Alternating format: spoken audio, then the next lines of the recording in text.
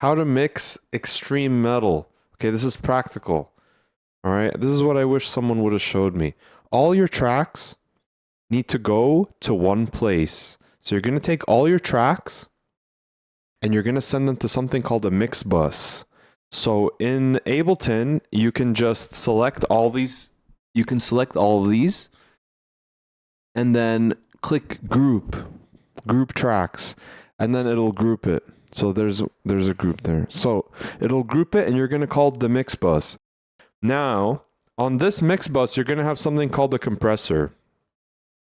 So in Ableton, it has its own compressor. You could find it somewhere in the effects if you don't have a compressor, but you can find one. What you're going to do is you're going to lightly compress everything. So this little knob for gain reduction is barely going to move. Okay, this is called glue. You're going to take the whole track and you're going to put the whole track through this beautiful thing that makes it sound slightly better. And what you're going to do after you've done that, you're going to do that with the drums. You're going to go and take all your kicks, everything in your drums, and you're going to group it into one thing. Same idea. You're going to send that through a compressor. Same idea. This compressor might act a little bit differently than what we would do here on the mixbus. You might want some more compression. So there you go. So the drums get grouped within a group. So it's groups within a group. So it's kind of like Russian dolls, where one doll fits into the next. So in the drums, let's look inside there. I grouped the kicks. You're going to split the kicks. And if you don't have the kicks split into in and out, you don't need to. But in metal, sometimes we use one version of the kicks for very high-pitched percussion. So very high-pitched, like clicky, like clicks for the drums. And then we have one for the low end. So what I did here was you put them together and you group them. And that's going through a compressor. Do you see what I'm up to here? Whenever you put a compressor on something, it mixes the sounds. They're not separate sounds. Now they're glued together. Same thing with the snare. Top and bottom mics. So you might not have this in your recording setup, but here we have the top and the bottom mic for the snare. But you can easily just put the same snare track and then on one EQ the high end, make sure that it has a high end. And do you know what I mean? And then one of the snares is the low end. And what you're going to do is you're going to group them and you're going to put a compressor on it. So this is a different compressor.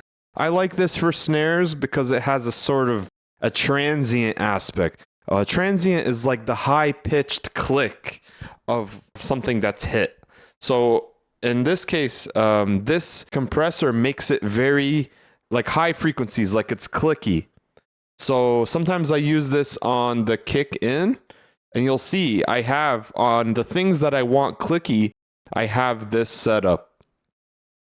I have that compressor. So the snares get grouped again. So toms, I don't really mess with them too much. They are getting compressed in this drum compressor here. So actually there's just a clipper here. This gave me the tone that I wanted. A clipper makes everything more powerful. It takes away some of the crazy waveforms that are sticking out of the drums, and it chops them off and brings the sound forward. So this makes the drums sound really, really powerful. And that obviously is going to a compressor, so I've realized that maybe I don't need to compress the drums. It actually kills the sound. Continuing, I did that for the cymbals. I threw the cymbals in here. I don't have any compression, anything on there, because I just feel whenever I mess with the hi-hats or the overheads, sometimes I realize that I'm overdoing it.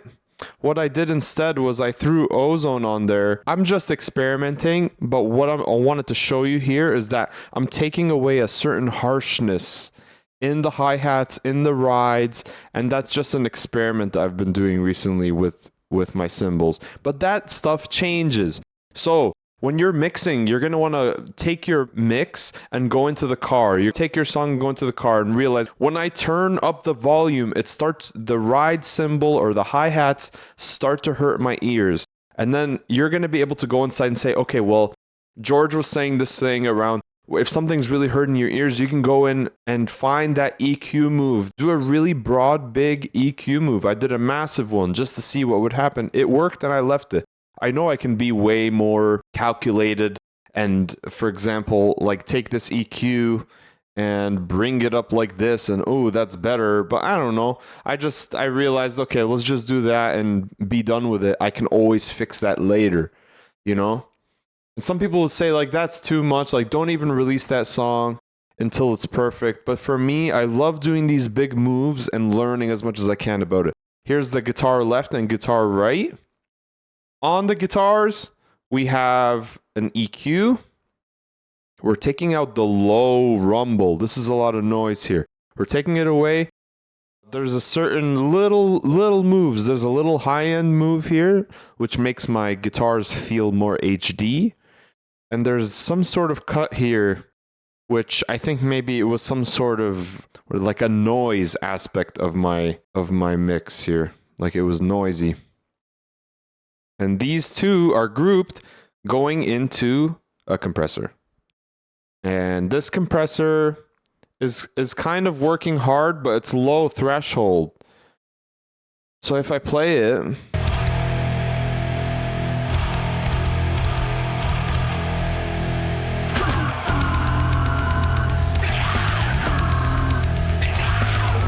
some people might be really mad at me for over compressing my guitars. I really compressed it and it's holding that number. Check it out. So it's holding that number, but I turned up the manual makeup. There's something about this compressor that has the edginess and the sound that I want, especially when I turn it up. Just turning up the track alone didn't do it for me. I actually wanted to push this a little bit. And I got a sound that I liked. And I know it's overly compressed for guitars, but it made them sit in the mix a lot, which is, it's a big step up from my old mixes. For vocals, same thing. High and low vocals, like background vocals and main vocals, going into a compressor. This sort of mixes my vocals together. When my most recent song came out, I realized, oh, my highs and lows are kind of, they sound like they're melding and they're not getting in the way of each other. On the vocals, I have a limiter because I wanted to get rid of some of this silence. With this limiter thing, you drop the threshold and you're deleting all of this silence. So for example, let's say I zoom in here to the track. What that limiter does is it's as if it makes the track bigger. You're getting rid of silence. And let me just make sure I'm okay there. So you're getting rid of all this empty noise and you're getting closer to just hearing the vocals without any silence around it. It makes the vocals stand out. It makes the vocals push right to the front. And you'll notice about my vocals is that they're very they stick out, but they're not super loud. And that's what's beautiful is that you can get the intensity of the vocals right up front without pushing the volume. I love that. Same with bass. Both basses, a high bass and a low bass, right? Same track, but one of them's EQ for the low and one of them's EQ'd for the high. And then that's just going through basically a compressor, which is super compressed. My bass is super compressed. I'm going to show you why my bass is so compressed. Check this out. So let's say I play this.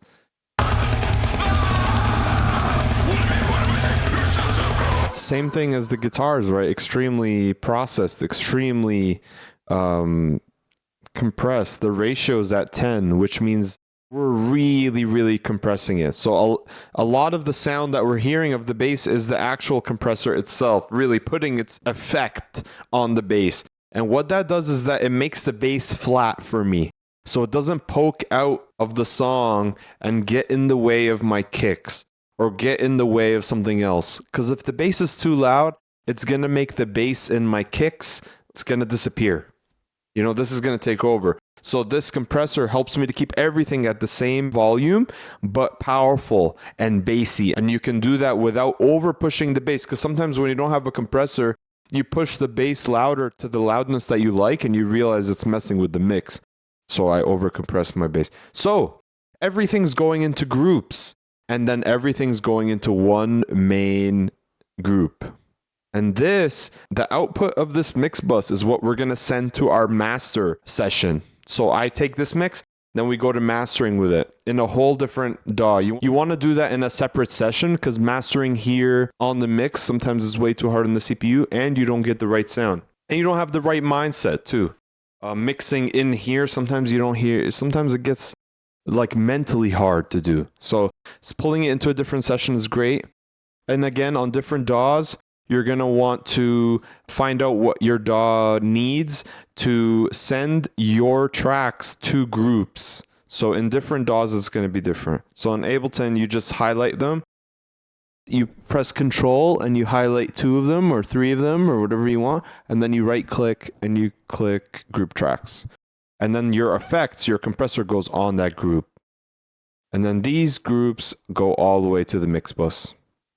So it's practical mixing. If you want to learn more about my plugin settings, why I choose my plugin settings, a little bit about testing music in the car, using references, writing music, recording it. It's super practical. I'm taking all the best stuff here and I'm showing it to you up front. I'm showing you exactly what the actual mix setup is like. You can put your own plugins on there. Choose your own compressors, choose your own EQs, choose everything you want. Use the stock plugins, use plugins that you found for free, things that you bought on a subscription, whatever it is, you get to find your own sound. Because my sound is not for everyone. My sound is very upfront, super HD, deathcore. Some people want a warm mix. They might want to use something like an SSL comp, which is more warm. So here's an SSL comp, it's more warm. When you really turn this up and you really use it as a compressor, you realize, oh, it sounds like old school recordings. And that's great for some people, but I found that the API actually has that edgy sound that I really want. And you're going to find those things and you're going to figure out what you like. So there's a link in the bio. You can mix along with me. You can check out the plugins that I use. You can check out why I use those plugins, how I choose the right settings. So there's a mindset with dealing with all the settings of any plugin. There's a mindset around it that can make you feel very easy about using new plugins, trying things out without having to read a manual. So go check it out. I'm glad to help with production. I'm glad to help with songwriting. Check out the music. Check out what I got going on. So I hope this really helped and take care.